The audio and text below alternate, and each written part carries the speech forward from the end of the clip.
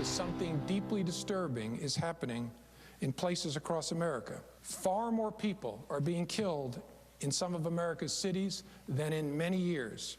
And let's be clear, far more people of color are being killed in American cities this year.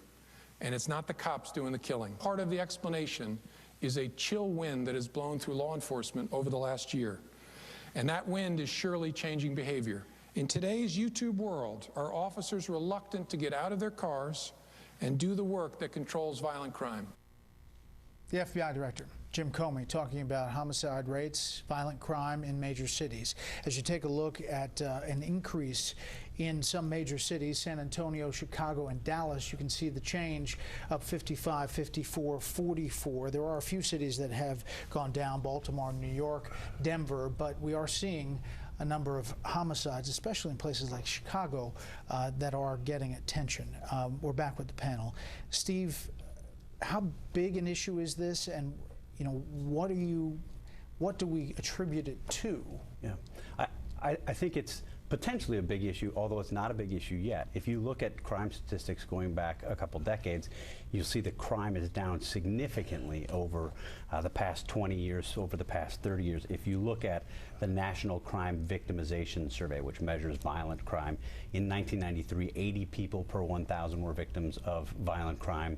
Last year, that was 23 people out of 1,000. And those statistics are true whether you're talking about violent crime, whether you're talking about property crimes.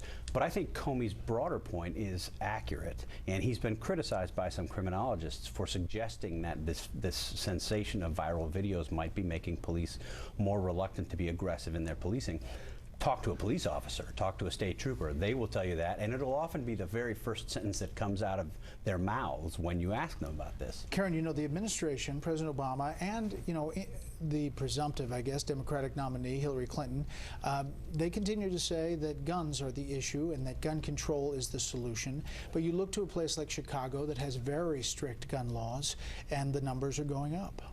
Well, I think for one thing, I doubt that there is one thing that's happening in every single city. For instance, you would think that if this viral video effect would have anywhere, it'd be in New York and Baltimore, where we saw rioting over these police shootings. And yet crime in those cities is down. I think that there's a whole stew of effects here, and one place I would look really early would be the heroin epidemic and the growth in gang violence. Charles. Look, I think it's really hard